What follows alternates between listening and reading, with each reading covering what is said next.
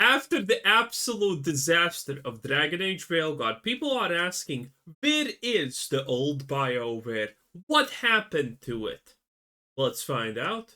Salutations, everybody. It is Maddie here today, and this is where old BioWare went. Many people were wondering after Dragon Age the Veilguard, like, where are some of the dispersed original members of BioWare? The ones who made games like Star Wars Knights of the Old Republic, Mass Effect, Jade Empire, Dragon Age Origins. Where did they all go? Some of them have scattered Honestly, probably dead of old age. off to their own studios, and some of them have actually gathered together under Archetype Entertainment, which is an internal studio at Wizards of the Coast. You know what really cracks me up is that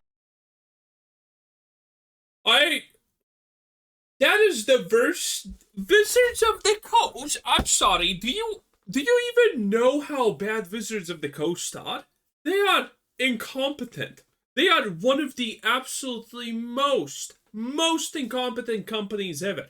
The fact that they are currently not crashing and burning harder than Ubisoft, honestly, is a miracle. Because, trust me, Wizards of the Coast, by all accounts, by all metrics, money, decision making, future forecasts, everything.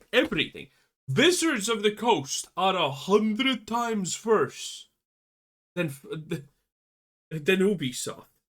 So the fact that the old BioWare is under Wizards of the Coast now, I guess they're dead.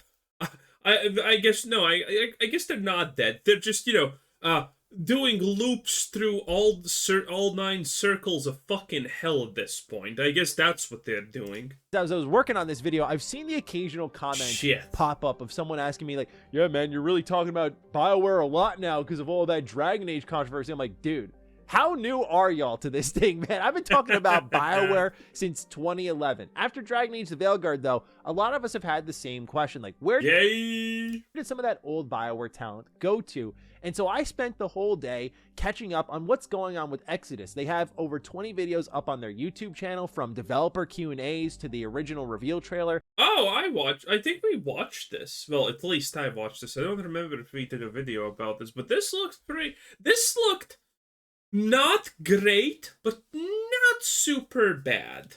But then again, if you know anything about anything, then if this is actually tied to the old BioWare people now come from Wizards of the fucking Coast, then it's probably really bad, because Wizards of the Coast tried to make asymmetric Lost Archetype Magic the Gathering game, and my god, they couldn't even make auto attacks actually work properly, okay? They couldn't even do that, which is the most pathetic thing I have ever seen or heard in my entire life. Okay, so if this is by the same people, actually I take it back. This has no future. This is just a cinematic trailer. There is a girl boss. The girl boss is the biggest thing important about this, because the whole story is about a girl boss that girl bossed her way to save the universe because she's a girl boss. So yeah, not some parts of this look kind of interesting. Some look just fucking stupid.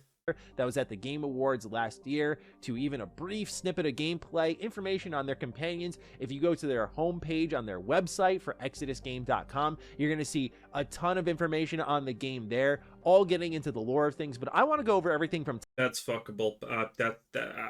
Listen. I'm not saying I'm into alien chicks, but I am. Shut up. top to bottom. This staff who is managing this game, the promises that they are making, but also just a warning, of course, because I'm seeing a lot of that ex-BioWare community get really hyped on this game. And don't get me wrong, the things they're saying, I won't be able to contain myself. You've been warned.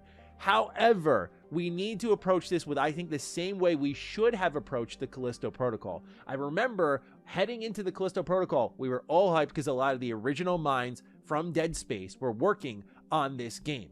And it turned out to be a very average game that missed the mark in a lot of areas that seemed obvious, but the marketing for it was perfect. The way they were showing gore and violence and The old people working from the old game, which people? What roles they were doing, okay?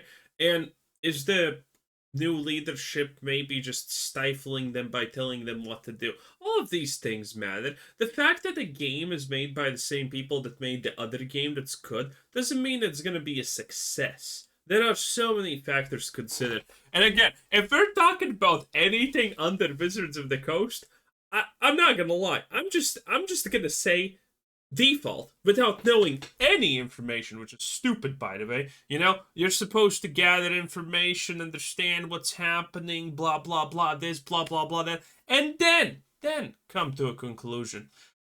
But since it's under Wizards of the Coast, I feel that 99 out of 100 times me calling it shit is just gonna automatically land head on, because everything Wizards does is just stupid and bad and greedy. Space vibes where the UI was built into your character. I'm like, oh my gosh, they get it. I'm not going to try to sell you on Callisto Protocol being the worst thing ever. I think it's like a hidden gem for many, but definitely compared to what Callisto Protocol is just bad. Shut the fuck up. I think is the best survival horror game of all time, and Dead Space, it's a bit of a miss in my opinion. And I think that was because we all made the mistake of hyping it up like it's the next Dead Space, and the same thing is happening with Exodus. A lot of people are looking at teammates like James Olin, Drew Karpyshyn, and so on, these ex-BioWare titans, and going, well, this game's going to be amazing, but the reality is that they are doing a lot of talking, but not a lot of showing of the actual game outside of like 30. Well, if they're under Wizards of the Coast, that means that these guys don't even have actual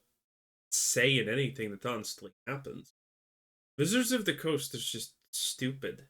And again, every Wizards of the Coast CEO for the past decade has expressed that they are pissed that Wizards of the Coast is not more known because they can't get the recognition they believe they deserve in cocktail parties. And I'm not joking. That is literally the current CEO of Wizards of the Coast, or the last one. Who knows at this point? But yeah, their biggest problem with Wizards of the Coast was the fact that they were not known at cocktail parties. So yeah, it's just not there. 30 seconds of footage. Now, I am keen to. I'm pretty sure also Larian complained a lot being under Wizards of the Coast when they did Baldur's Gate 3, because that was the biggest fucking problem for them, because Wizards of the Coast constantly tried to pretty much ruin everything they wanted to do. See what they are actually cooking, because the ideas here on paper are ambitious. They already have a book written in this game's universe. There's so much to get into about Exodus, but that was the main thing I wanted to open up with, is this could be what a lot of old school BioWare fans like myself are looking for, but that you should go in with a level of cautious optimism, which I think is the best thing you can do for the game, right? Save yourself from the disappointment, but when it starts to deliver on the things that you really wanted to deliver on, you can just get unapologetically hyped, and that's great. So with that out of the way, ladies and gentlemen, let's talk about Exodus from top to bottom. But first, a word from our sponsor. The following video is sponsored by Don't buy Brilliant. Brilliant is literally for people who are stupid and they want to feel smart about being stupid. Don't.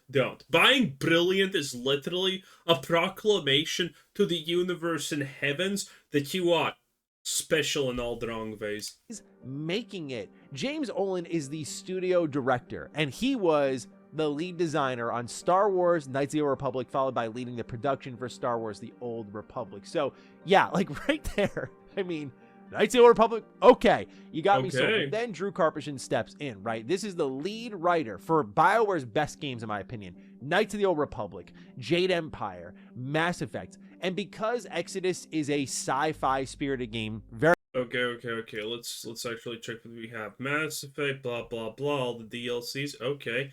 So yeah, but this is also the guy. But did he also do Mass Effect 3?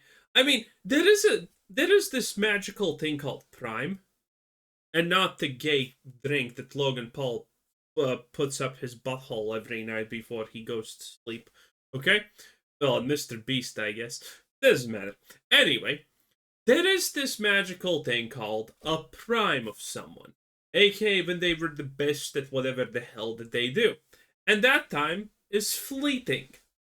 And, well, how many years ago were these things? These people don't stay the same. They change, time passes. The march of time doesn't stop for anyone, essentially, what I'm saying is. So the fact that someone actually did all of these great things doesn't mean that they're gonna make the next great thing. Mass Effect 3, if he is actually credited for it, is already bad if he actually did that. But these games were decades ago at this point. Literally a decade has passed since these games were even in the even close to the cultural zeitgeist. So, and we have other people, you know, who have also done great things in the past their prime and nowadays do things, and it's like, please, can you just like die, because you're just ruining everything you touch now. Christopher Nolan, all of the, a lot of people like that. So the fact that this guy made this doesn't actually mean that the next thing is going to be successful. Mass Effect. And because Exodus is a sci-fi spirited game, very much so, as we'll get into in a moment here, they brought in Peter F. Hamilton, who's a renowned veteran sci-fi author, to help not only build out this universe, but to even... Peter F. Hamilton. I remember Hamilton. Let's actually Google. Peter F. Hamilton. What has he written? Pandora's Star, have heard of that one. Salvation. Judas Unchained. The Reality, the Swamp, the Temporal Void, Great North Road. That's a submarine thing? No. The Saint of Salvation, the Neutrinum something, Salvation Lost. I mean, yeah, I recognize some of these names. Not gonna. Jesus Christ! Actually, he has written a lot. A second, boys. I'll show you actually how much he has written. I just learned that you can, expand and shit. Okay. Here's how much this guy has written. Okay, wait a minute. There you go. Look at this. That is a lot. That is a lot of books. The Nano Flower. Yeah, but I don't recognize any of these. These are not any super big heavy hitters. Does anyone see anything super big heavy hitter? I don't. These are not any cultural landmarks, it seems like, which is, technically not bad, but considering the guy literally explicitly seemingly writes about sci-fi and sci-fi only, you kind of have to question, is this guy actually, that great at his job? Because it seems like he has done only one thing forever, and, well, I don't recognize any of his works, and I should. Write a book within the Exodus universe, which it seems like they have almost Warhammer level plans for Exodus. Like, how many stories can we fit inside? Does it mean it's gonna be gay? Because keep in mind, Wizards of the Coast is super fucking woke. They're super woke. This universe, because one thing that they kind of let rip into, they have completely destroyed D&D at this point. These Q&As, because remember, orcs are analogy for blacks, and well, blacks are analogy for orcs and whatever at this point. So everything is bad. A few times over, we plan to be here for years, decades even, which we've been there with like Destiny, where the decades promise I don't think is aged super well, super favorable, but you get the idea that they're thinking broadly, because when we start to get into their focus on choice and consequence and what that exactly means, I think it's going to excite a lot of people. But what was also interesting is hearing James Olin talk in one of the Q&As about how he would actually get stuck with his own IP on like, hey, we're trying to come up with this thing we want to do, but we need an idea to kind of enable it within the IP, and he would just shoot Peter Hamilton an email, and he'd come back to him like with a complete idea of what exactly that could be, and then they'd run with it. So it seems very collaborative. But the other thing that they marked here that I thought was an interesting choice of words is the freedom they've had to tackle this project how they desire. They say every developer dreams of doing this. We have the freedom to do what we want here. And I think there's no way. It's Wizards of the Coast. They're not going to give you freedom for shit. That's especially important because one knock against this game could be the same thing that was building up hype for Anthem. Remember when BioWare announced Anthem, a lot of hype was built up when Drew Karpyshyn had returned to write for this game. A lot of people were trying to tell me when I was not hyped for Anthem because it was a looter shooter game and I'm not looking at BioWare for looter shooter. People were saying, Maddie, calm down. Drew Karpyshyn is back. But look, only one person can make such a force for good or evil, is how I always define it, right? And so I don't think Drew Karpyshyn was the sole reason Anthem failed, but the same reason people are hyping up Exodus is the same thing here. Like, it's Drew Karpyshyn, but the key being is that there is creative freedom apparently with this project, which is very exciting because we've read the development diaries. Again, hashtag doubt. There's no way Wizards of the Coast is gonna give freedom to whatever the hell this is if they work under Wizards. Of how Anthem was creatively constricting, and it was also a game that was put together for many years, then shut down, then turned back on. So yes, the staff here, especially as a Knights of the Old Republic fan, is very exciting, especially when my man James said in this video, he's like, look, man, like, of course Star Wars is a massive sci-fi inspiration for me. I'm like, let's go. One of us. Let's go. Now, what else inspired Wait, that's a red flag. The fact that this person is not making a distinction between classic Star Wars, George Lucas Star Wars, and Disney Star Wars is really bad. Because if you're not making a distinction, that means you're a low fucking IQ mouth breather individual.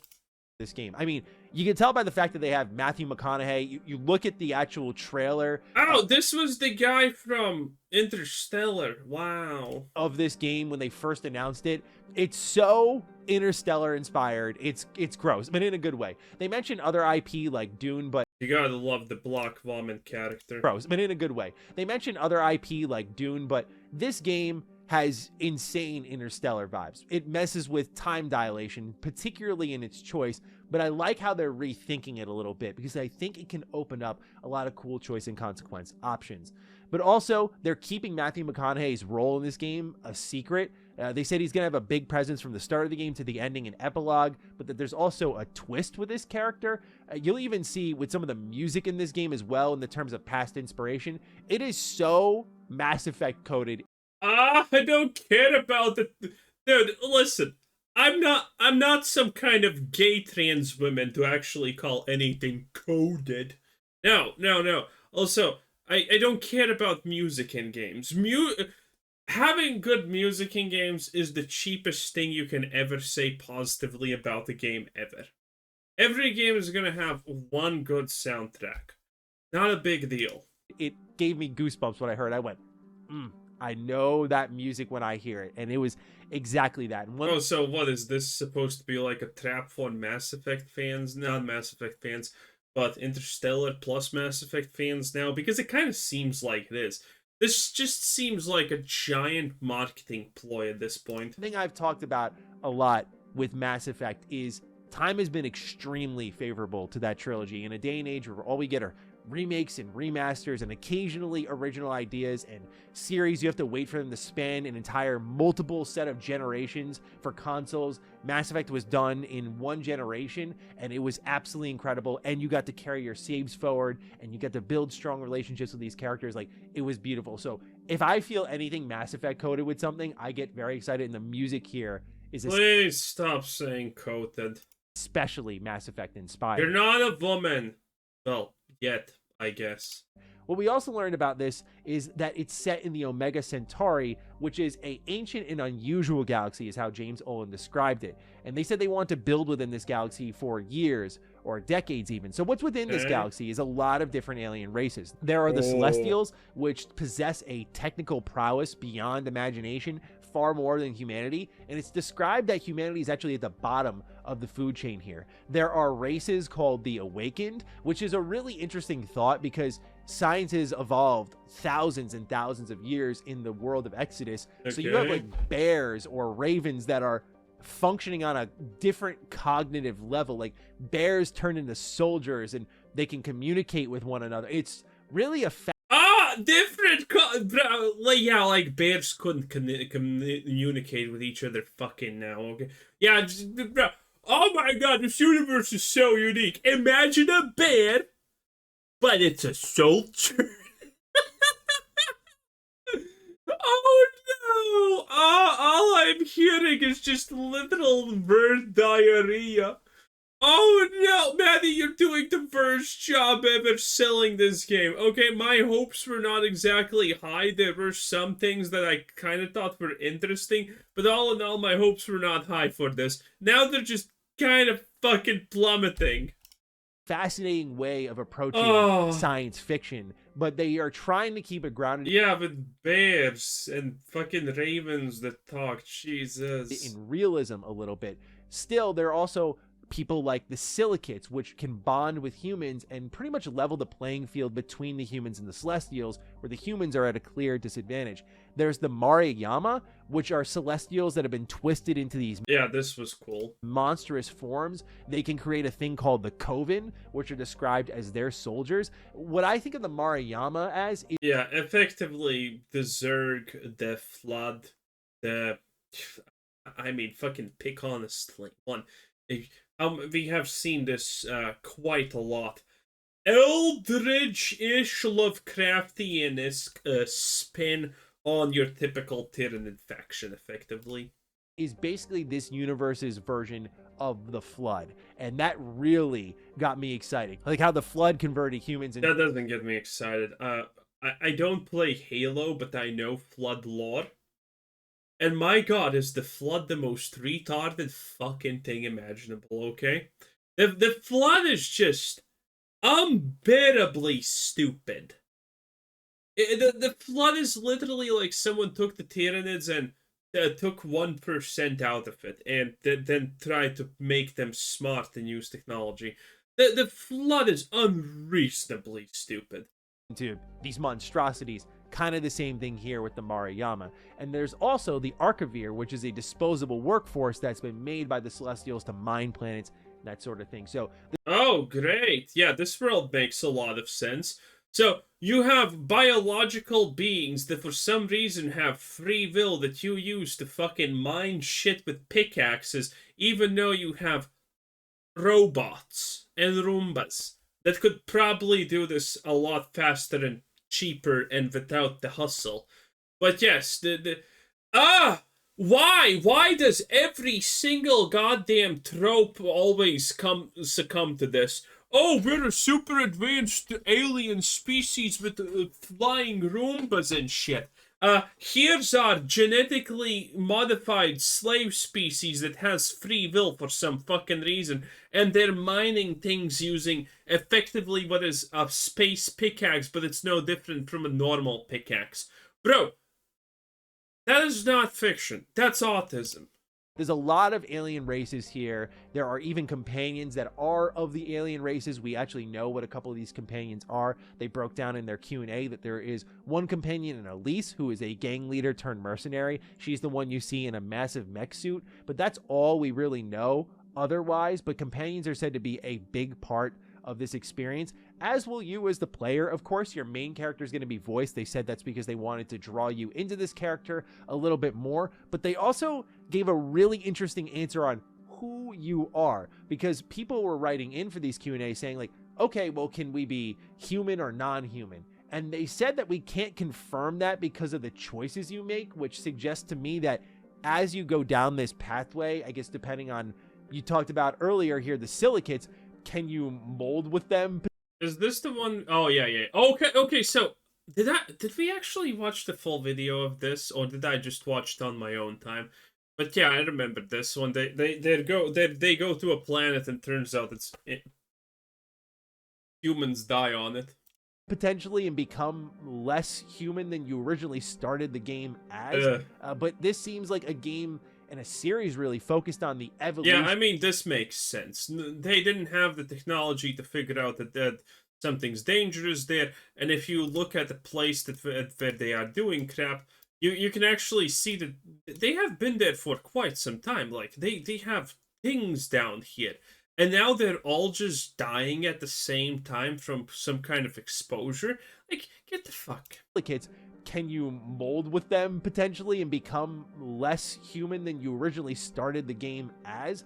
But this seems like a game and a series really focused on the evolution of humanity through, of course, science, but also some sort of more ethereal being, right? Hey, at least the black one died first. Nice. And again, I'm just really keen to see all these things they're talking about right before my eyes with the game itself, because they have a ton of concept trailers, a ton of them. Like, if you were looking to fully inform yourself on the lore, on what's going on here, like, this information is not hard to scoop up. I literally watched a bunch of YouTube videos, went to their website, did a little bit of reading. Oh, yeah. Oh no, I definitely watched this on my time, so I remember they have like a catalog of fucking dumb little the spooky wooky type of videos that you can watch. None of them make any sense. There's like, oh, there's that. Oh, I'm corrupt. I do this. It's just so bad. This is the most generic disappointment I honestly think we're gonna get from a game. Okay, it is what it is, and it seems painful. Anyway, Maddie, shut up. It's over. That was Mr. Matty Plays 10 out of 10. Bye.